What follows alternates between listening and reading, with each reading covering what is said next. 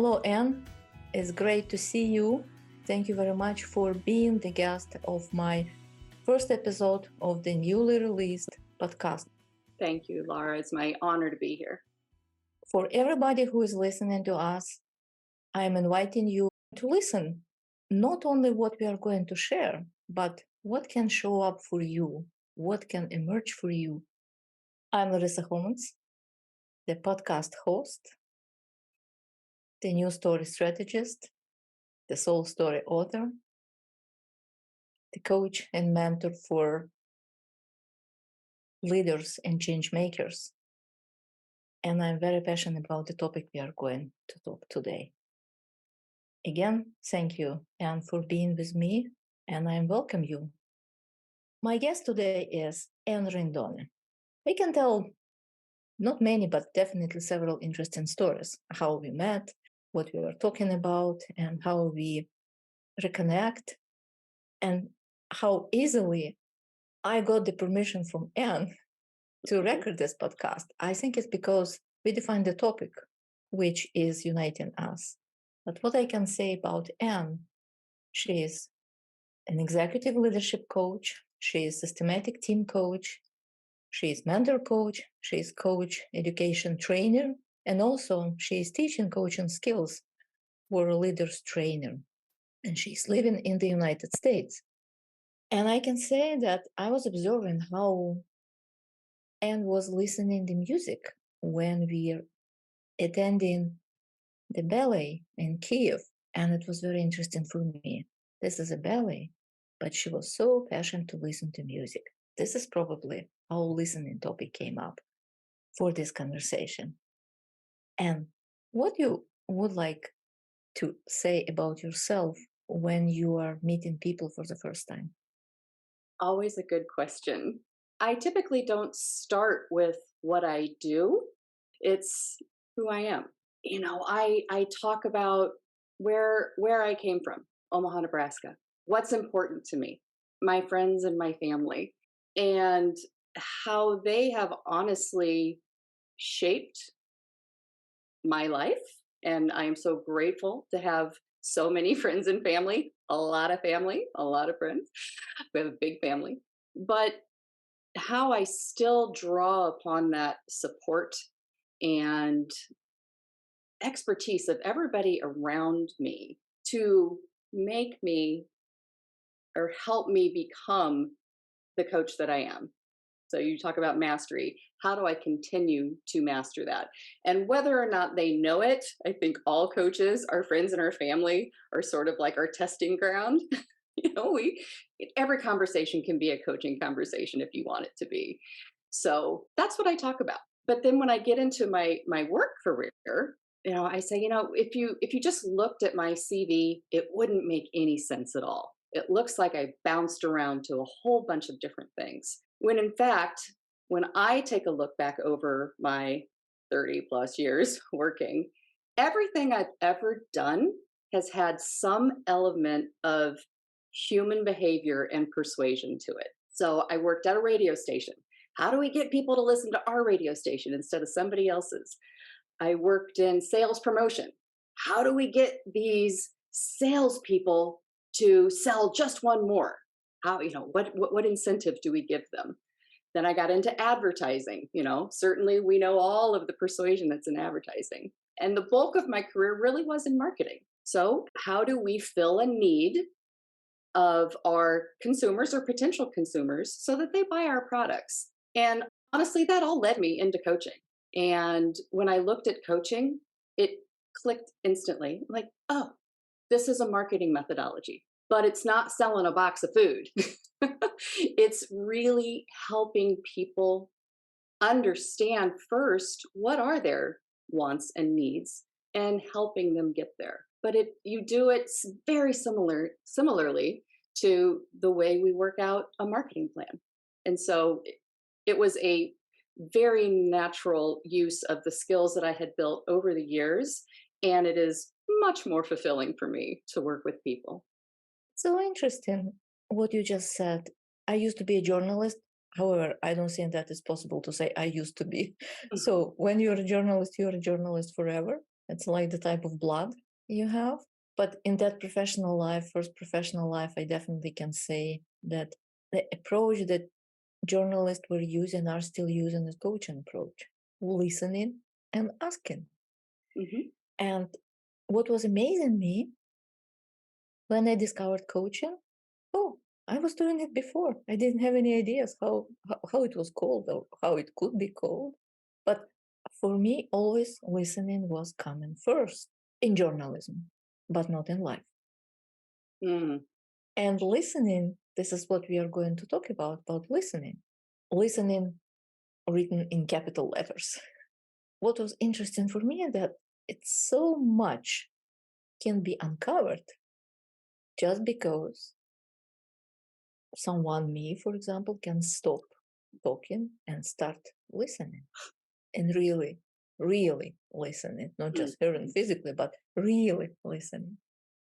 By the way, congratulations with your new website. Oh, thank When you. I was, yeah, if you don't mind, I can share this link with our listeners so they can see and know more about you Please and do. connect with you. I'd like to read two sentences from Oh, from your okay. story, if you allow me. Thanks for looking at it. I Yeah. appreciate it. I can now look back on my career and see what I did right and what I so painfully did wrong. I used to joke. Why would you tell someone who doesn't listen that they don't listen? Yeah, yeah, it's true. I was that person. And before we start talking about listening, could you share what mastery does mean for you? Yeah, I love that question. And I think about mastery. I think about a really deep passion for or something you need or something you want for your own personal development. And it's very much an internal desire to achieve something for a really meaningful and positive purpose. So, speaking of positive, I'm going to go negative. So stick with me for a second. So, for instance, I had a client who became an accountant because someone said they wouldn't be a good accountant. And did they become a masterful accountant? Absolutely. But were they miserable? Yeah, big time. And it was because it wasn't something that they desired deep down for themselves. And that meant it wasn't meaningful beyond proving somebody else wrong. So mastery is it's kind of like a road with a bunch of milestones along the way with no endpoint. Mastery is infinite. We're never finished. There's always something new to learn. There's just always more knowledge to have out there. And if you want me to tell you a story flip to the positive, I absolutely can. Yes, please. Okay. All right. So this is actually just last night. I have a great nephew who's 9. He's a bit of a phenom on the piano. He's 9. Just last night, I learned that a local radio station just named him the classical kid of the month. He's playing at a level of children much older than him, and he continues to learn more and he continues to improve each day. He has this passion. So I talk about this deep desire and this deep passion. He has this passion for classical music. And on this interview that this kid, 9 years old, had an interview with the public radio station. He said he wants to become a composer someday. And this is what is meaningful for him. And when they asked him, what does, classical music and playing mean to him? He said, 9-year-old, it makes me happy. I thought it was so simple. It was so simple. It makes me happy. And watching him play, I can absolutely tell how much joy he derives from this. And also how much joy he derives from making the next milestone, getting better and better. So when we as humans embrace our abilities, and those can be natural, like his, or learned, and we really make a sustained and concerted effort to master them to the best of our abilities, what we get it from that is like it's like a dose of healthy pride. You know what I mean? And that gives us self worth, it gives us self confidence, and it actually motivates other people to follow our lead in some way. Like, oh, look at everything he's achieving. I'd like to do something like that someday. So he's on that road of mastery, like I said, and he's setting his own milestones. I'm going to get better than this and better than this. And so right now, being a composer might seem like it's his endpoint and destination, but I can pretty much guarantee when he gets there, he's still going to have a lot more to learn, and he's going to find a new milestone. Amazing story. Please congratulate your great nephew. 9 years, classical music, Mm. and dreaming to be a composer. Wow. Yeah, he's actually already written a sonata and a minuet. So he's already a composer. It's kind of funny. He says he wants to be. He's already doing it. Which, if you think about it, Laura, it's that's part of mastery, right? You have to do that thing that you want to be good at. You have to become that thing that you want to be in the future. So he wants to be a composer. He's actually a composer now, and that's how he will become masterful in music. Yeah, I believe that he is on his mastery way. It's not the road. Maybe it will be many roads, but the Hmm. mastery way can be found at any road if you know what you are passionate about. Sometimes passion can confuse yourself and other people. But to believe in your passion, to follow your passion, or to follow your bliss can bless you. Hmm. Yeah. Sometimes I'm thinking, what if my life would happen in a different way and the music could happen in my life? Probably it would be different stories, definitely different stories, because music is my another passion. I was not dreaming to become the composer, but I was dreaming to play piano. This playing piano didn't happen in my life, but playing music happened in my life. It's not only about musical instrument. I think it's about playing with words, playing with sounds, playing with creativity, playing with what you can create. My husband is saying that it's define your element. When he's seeing me shining, really shining, and he's saying, "Oh, you are in your element now." And I think people who love us can feel it much faster, intuitively, even when we don't feel that we are in our element. Sometimes I'm feeling tired, but being tired doesn't mean not loving being in your element. This morning I was thinking for the whole my life what I like, what I love doing, asking and listening. Period. And that's when you're in your element. Yeah. Yeah. How was that when you finally like realized it, like with all of yourself? Maybe it will be another conversation because my professional life, like your professional Yeah. life, is many though, with many detours, with different things which I was thinking they were not connected, but actually they were connected. I didn't have any ideas how they could be connected. But when I was looking back, they were connected. I was always Hmm.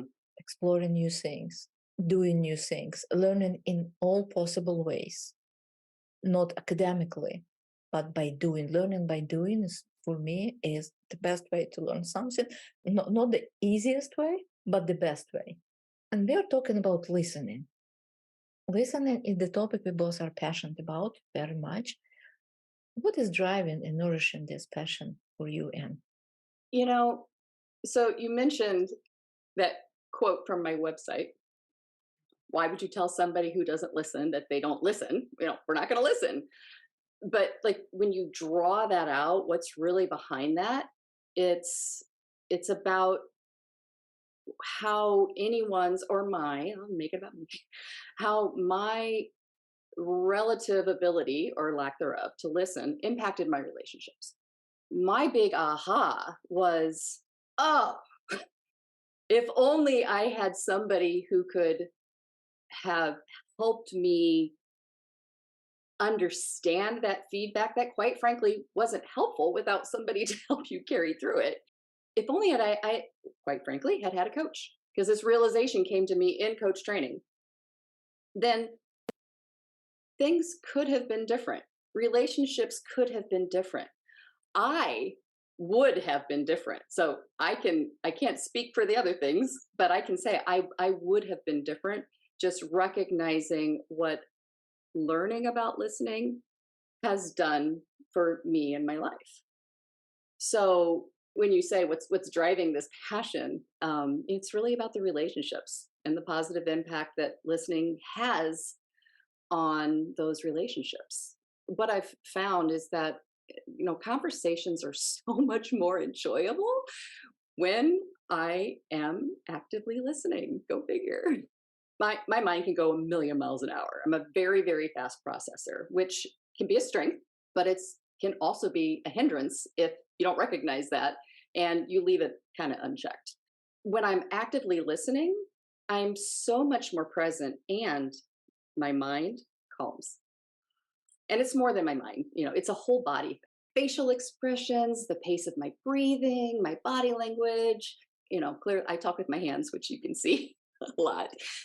When I'm actively listening, I'm not flipping through all those thoughts that are passing across my brain or raising a finger to interrupt and make a point. Just seeing the difference that it has on me mentally and physically, and also the quality of my conversations has shown me that the key to relationships is listening.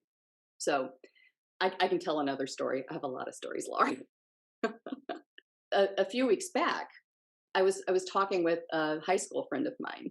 She was trying to figure out, she called me, she goes, I need your help. Coach me through this. It was, help me figure out this theme for this upcoming conference I have for my company. And we landed on the topic. We just started talking about listening. And we talked for about an hour on listening. And honestly, it was one of the best conversations I've ever had. It was in part because of the things that we uncovered talking to each other, but more so, it was because we connected with each other and ourselves on a much deeper level. Something that she said to me, which greatly touched me, she said, every time I talk to you, I come away more enriched and a little wiser. And I felt the same way about her, which is part of what makes those kind of conversations so fascinating. That's, a relationship that I already have, but after all these years, that even in that moment, we deepened our relationship even more because of the listening. Again, it's so interesting. Many things are resonating. You love telling stories, I love telling stories. And when I was listening to you, I thought, huh, the same moment, turning moment, I'm calling it the shift. It happened when I was taking part in the leadership training, was in fall 2003. Mhm. So the trainer came from the United States. The training was in English. It was necessary just to focus on the language. And I was listening, trying to understand as much as I can. And we are talking about leadership and partnership. The training was about leaders who build partnership. The first assignment was to talk to a few people in your life, professional, friends, very close people, a little bit distant people, and asking the same question, just to ask about feedback, how I was listening, and then to see what can happen. And when I received, I was always thinking that I can listen, definitely. How I cannot listen if I used to be a journalist? How it's not possible? Yes, I was listening. But when I came back with the results, I asked a few people, the new colleague who had knew me probably for a couple of months only, Mhm. my very old, very respectful colleague who was knowing me, had been knowing me for, I don't know, 25 years, and my daughter who was 14 years, almost 14 years there. And they said almost the same. You're not listening. I said, what? And they explained. Sometimes you're not listening what it was said. Sometimes you listened what wasn't said. Sometimes you made interpretations more than was necessary. And then I realized, okay, what do I know about myself? How do I listen to really? And then my discovery of listening, the listening feel, listening life, listening style, listening everything started. And I was very surprised that the communication trainings, communication experts were focused too much on speaking and very, very little on listening. And then I figured out, okay, it's possible to do much more, to discover much more, and to improve life and relationships and get better results just by focusing on the quality and the level of your listening. So maybe it's another conversation. What are the level on the listening, not skills, but listening path we are. We can listen automatically easily. Yeah. When I came back home asking my daughter what's happening in the school and started fully listening to her and turned to her, look at her, not fixing dinner, not doing several things at the same time. And her first reaction was, Mama, what happened? So she definitely observed and felt the differences. I was just sitting next to her, looking at her, and I was silent. And she said, Mama, what happened?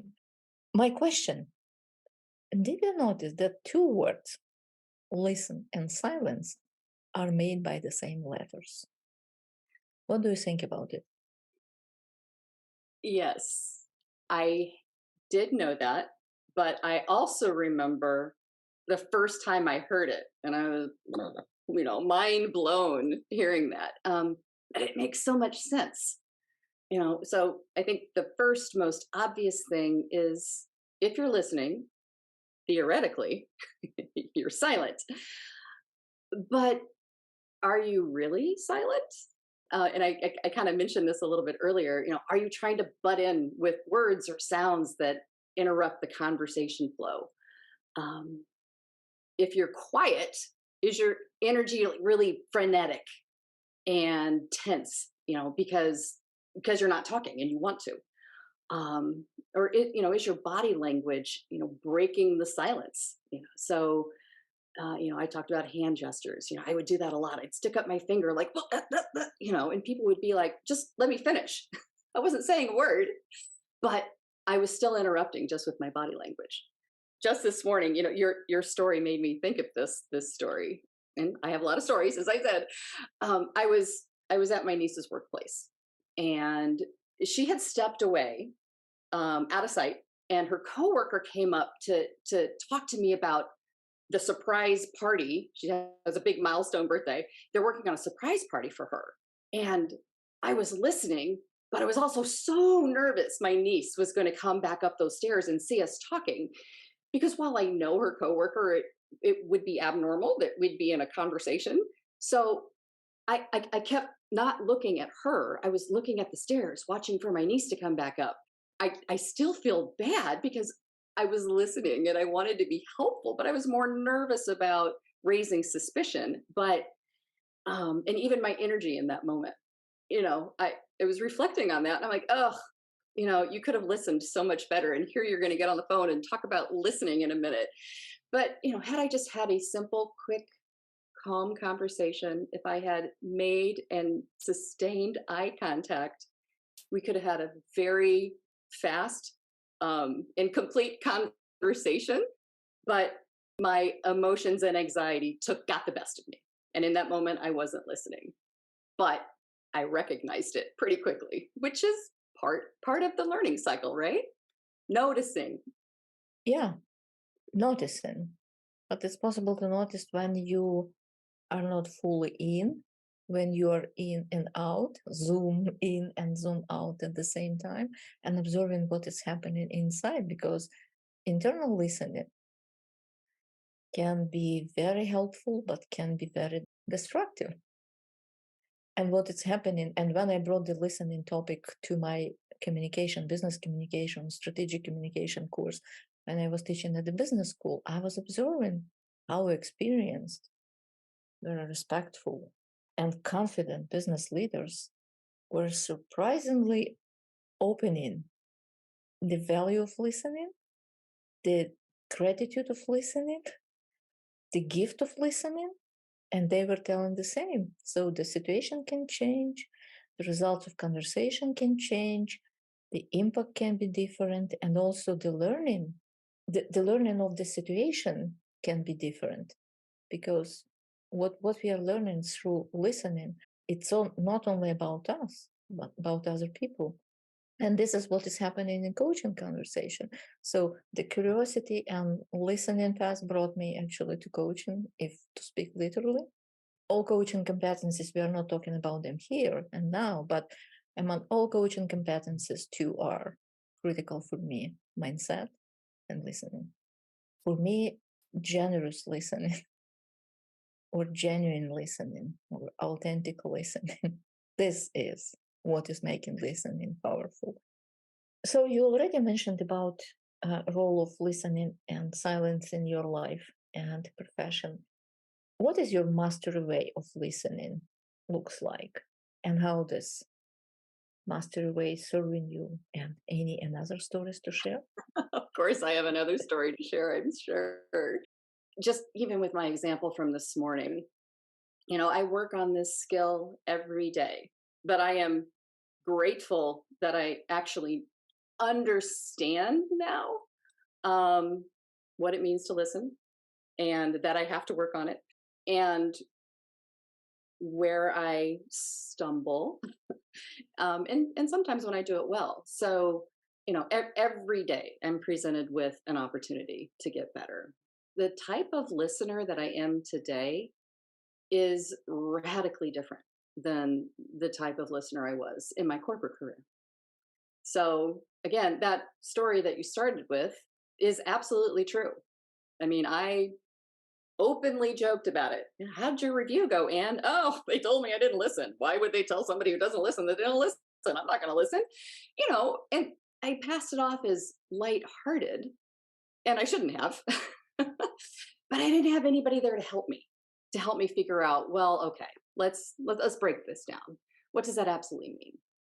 So when I learned about you mentioned it, the levels of listening, and we're not going to get into it, but when I learned about that, first and foremost, internal listening in coach training, it was like I was hit by a truck.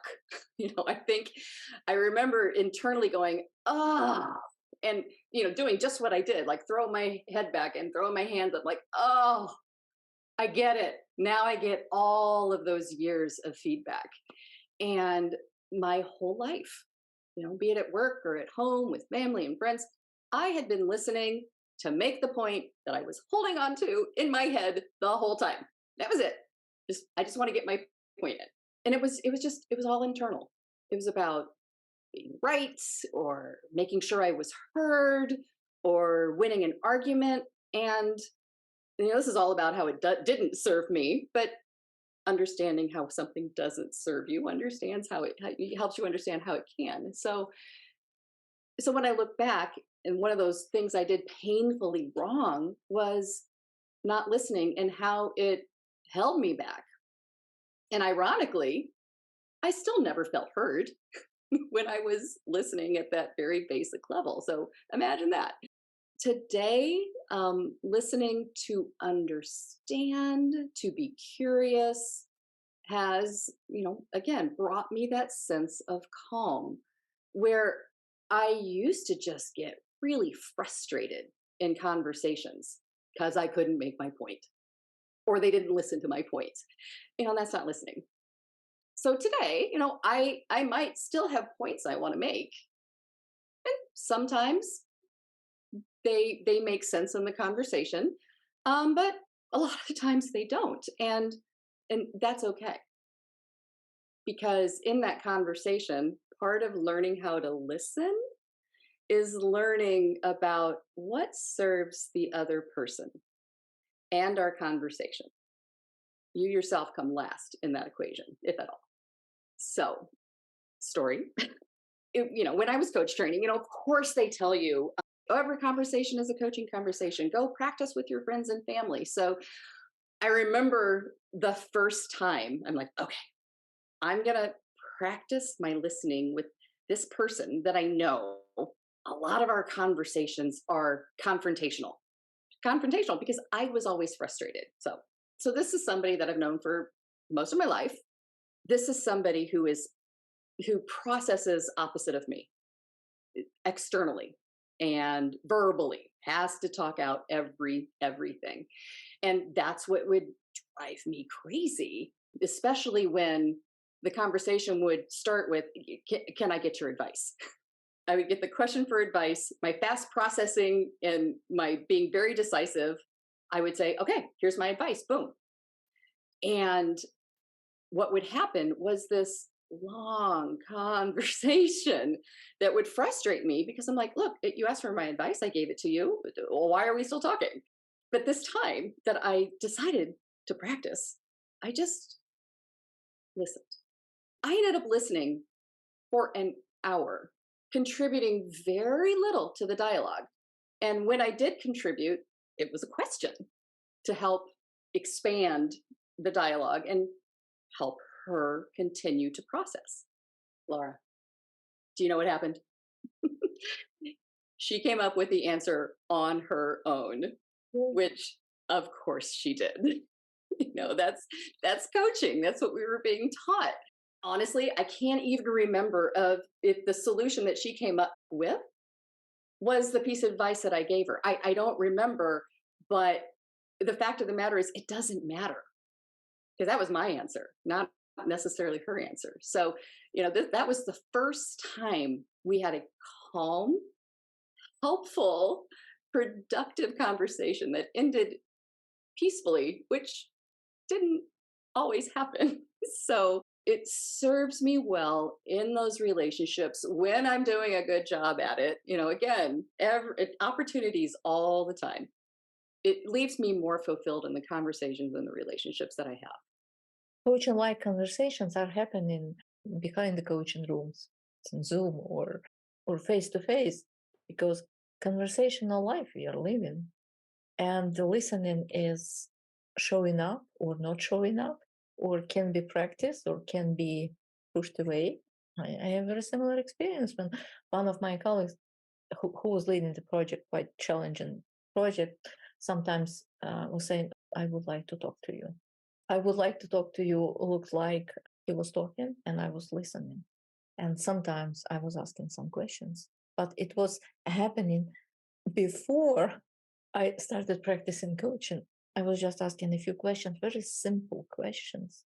Then he was saying, oh, thank you very much for talking to me, but actually I was not talking. I was being during the conversation because I think listening has the intention.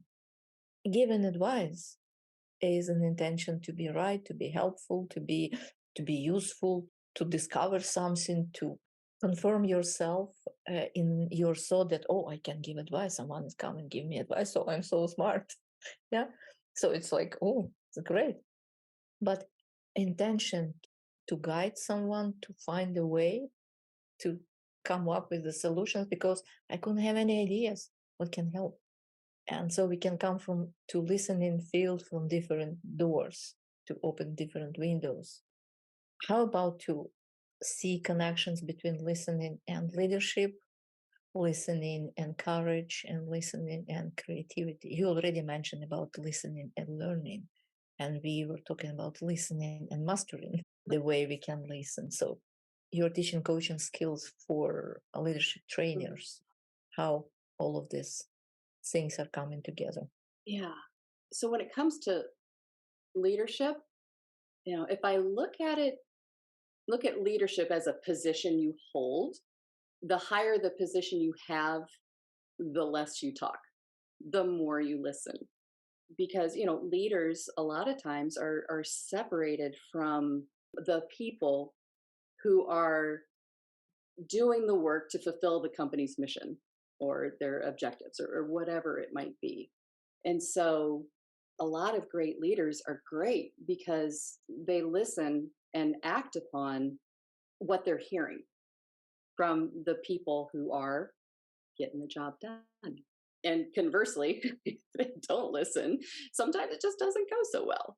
But if I think about leadership as a mindset, so a leader can come from everywhere. You don't have to be in a senior position. I learned that as leadership and listening as a mindset translates into partnership and collaboration. And quite frankly, helps pave the way to those more senior level positions. I think you said listening and courage. Yeah, I was asking about listening and courage. That's a really interesting question. I hadn't necessarily thought about those two. And sometimes it takes a lot of courage to listen, especially if what's coming at you isn't positive. What you're listening to isn't positive. So, but regardless of the situation, positive or negative, courage in listening means to set aside whatever bias you might have so that you can clear the space for the other person to be listened to. It can also mean that you really have to regulate your emotions. So I talked about anxiety and frenzy. You got to push some of that away too, so that you can hear and comprehend and process what they're saying so that you can engage meaningfully in the conversation. It takes courage to basically set yourself aside for the sake of the conversation. I was going to tell another story, but it was about feedback, so we can move on. Feedback is probably something for another podcast. Definitely, because I already seen the connection with different topics. Because if you are touching this deep and wide and very rich area of living, which Hmm. listening is, in my Hmm. opinion, you definitely cannot ignore what can happen. Why I ask about courage is not because I would like to get confirmation, okay, what I'm thinking is right. No, I'm just exploring. But for me, the act of listening, true gifted listening, was an act of courage. It was necessary to be brave enough. Sometimes we don't want to listen because we don't want to deal what we can hear. We can protect ourselves, we can limit ourselves, we can keep ourselves safe, we can keep ourselves in comfort zone, but stepping out, it's an act of courage for me. And then, because I'm passionate about creativity, I think it's about creativity too. Because while listening, we are creating new connections, Hmm. new understanding, actually opening new windows. Yeah, I like that visualization. Friend from high school that I mentioned, we talked about curiosity as well, which linked to creativity. One of us made the point of, we think about curiosity just being a child, a thing for children. Children are curious, and we lose our curiosity the older we get. When in fact we should hold on to that with dear life because, and just as you said, all the new ideas that come from it, all the context and relationships and possibilities that comes from curiosity and creativity. And to be curious means to listen. I didn't mention at the beginning, you're professional certified coach and you're practicing coaching, you're teaching coaching skills. And as coaches, we know that we are not giving advice. But when we are talking, when you are my conversational partner, I can ask you these questions: what kind of practices or tools you can share with our listeners, how to test, how to develop, how to practice, how to master listening. So, a couple of different ways. So, the thing for me that was the most helpful was digging into those levels of listening, having them laid out for me, and certainly there was instruction that went with that that was very helpful. But for me, I have to understand before I act. Look into what the levels of listening are. There's all different ones out there. You can keep it simple. Look at the 3 levels of listening rather than the 6 or 12 that I've also seen out and around. I remember the activity that they had us go through in coach training. It was very transformational for me. If it hasn't come out clear for you, we just with a partner sat in chairs and didn't say a word to each other about anything. It was weird for me. Maybe it wasn't weird for other people because it was a little uncomfortable. But what it did, I think what they were doing was they were forcing that highest level of listening, which is you're receiving information from everywhere, all around you, your senses, your emotions, what's coming in from the other person.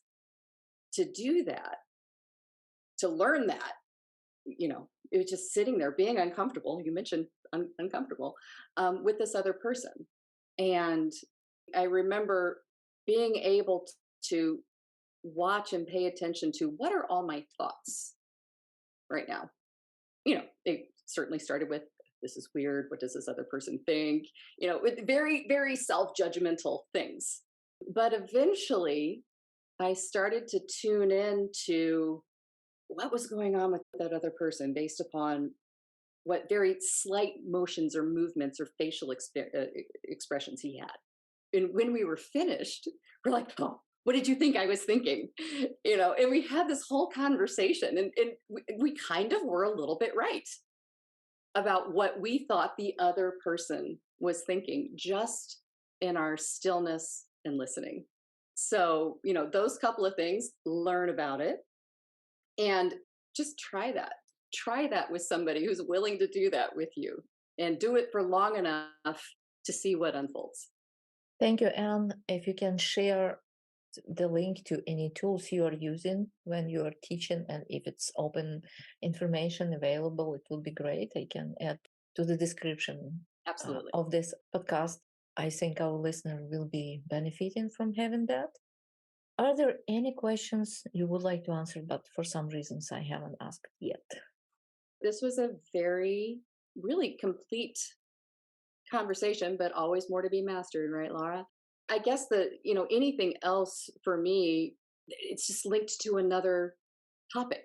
So the things that even speaking here today came up for me: feedback, influence, the power of silence. You and I talked about silence, but not in and of itself. There's a lot of things that did come to mind that just would have taken us off on a different tangent and topic, which would have been equally as fulfilling, but for another day. I'm feeling the same. So it's just the beginning, and I can see different ways how it's possible to connect this conversation with another one. This is what I'm doing. It's not just one time conversation. I'm always seeing the possibility to expand, explore, and reach.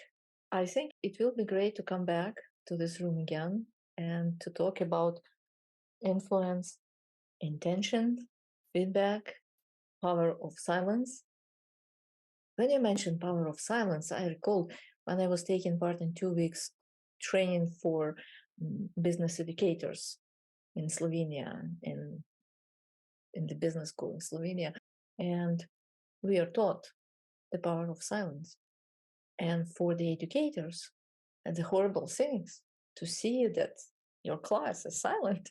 Started, okay, what does it mean? They are not taking, they are not getting, they don't like me, they are thinking about leaving, about the break or whatever, but how to deal with the silence, and how to practice silence, and how to teach silence, and how to benefit from the silence. So I love this topic, really. Yeah, yeah. You were talking about listening as a gift. I had jotted down silence as a gift. It's connected gifts, listening and silence, really, really beneficial. It's like two wings. Sometimes I'm thinking, oh, maybe it would be better to have the title for this podcast, Wings of Mastery. Maybe Yeah. just V and an M. Yeah. And to see, it can be windows, it can be wings, it can be wisdom of mastery.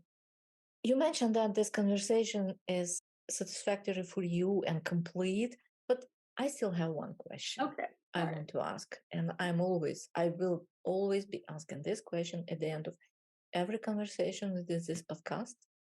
If you have a chance to speak to the entire world, knowing that the entire world is really listening to you, what is your one story you want to share, or one message you want to share?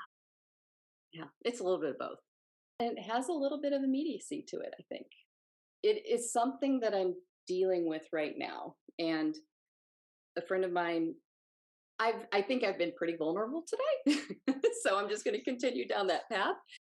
I chose this story because of something that a friend of mine who reviewed my website said. And she goes, tweak this here because I know what you're trying to say.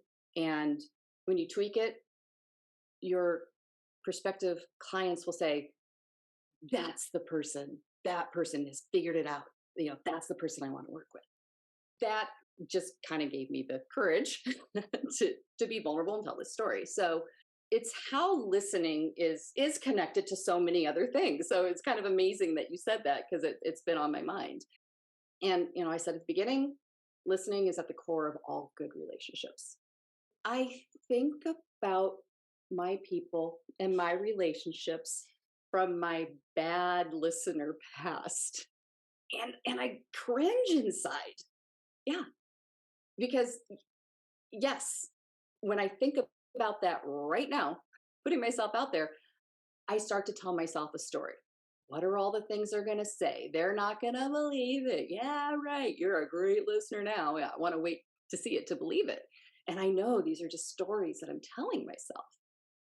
That's what I have to get over, obviously. But I'm listening to the stories I'm telling myself, and so that's a part of the listening here. So what I need to embrace is that I know I have vastly improved and better for it, and have better relationships and new relationships for it. But I still have a ways to go. You know, again, mastery is always there's always something more to master. So the part of this is embracing what was, how I was, and being really resolute with, what is and what is still yet to come. And I was being coached, so this conversation, and in this coaching conversation, I kept referring to myself as I'm not that person anymore. That was so long ago. And then it hit me. And I stopped and I said, you know what? I am that person. I still am that person. I'm that person who didn't have the best relationships because I wasn't a good listener. And that person I was is still inside of me. And without that person still being a part of me, I wouldn't be able to continue my journey to mastery. I wouldn't have anything to compare it to and stay away from. So it's kind of like they say, you can't know if you're warm if you don't know what it's like to be cold. You don't know what it's like and the benefits of learning how to listen and continue to get better at it if you embrace and realize, like I have, that I wasn't so great at it before. And finding a way to be okay with that and knowing that I am on a path to a much better place. And I've already reaped so many rewards for it. Thank you for sharing your vulnerability. I feel that vulnerability is a different way of being strong. Absolutely. Yes. Yes. Which was another lesson that I learned on my journey. Vulnerability is not weakness, it is strength, it is courage. It's a power, it's a seed of power. Hmm. Thank you. And I'm always feeling when you are in the conversational space, which is open, rich by what is possible to bring together, because we had some frame conversation, but we didn't have any ideas where we can end up with this conversation and how long Right. will it take. Yeah. Yeah. Again, time is the part of any conversation, like listening is a driver of any conversation. I'm thankful to you for investing this time to listen to what I was asking you and answering and sharing what you wanted to share. I was grateful to listen to you, and it provoked many other ideas, which is great listening can bring. Just opening the door, opening the windows, opening the possibilities. So thank you very much for being my first conversational partner, listening partner today. And I hope you'll come back. What I'd like to say, the space of this podcast, Window of Mastery, is always open to you, and bring any topics you are caring about, you are passionate about, and you are willing to share or explore. Thank you very much, Anne. Thank you. This was fantastic. I'd be happy to come back anytime. I got so much out of this. I appreciate you. Thank you. Thank you again. And for everybody who is listening to us, thank you for being with us. And if you can share any questions, any thoughts, any aha moment, it might be happening. I don't know, but I hope, I wish you to have such kind of aha moments now or later. I'm open to your feedback, and please share what you have listened to.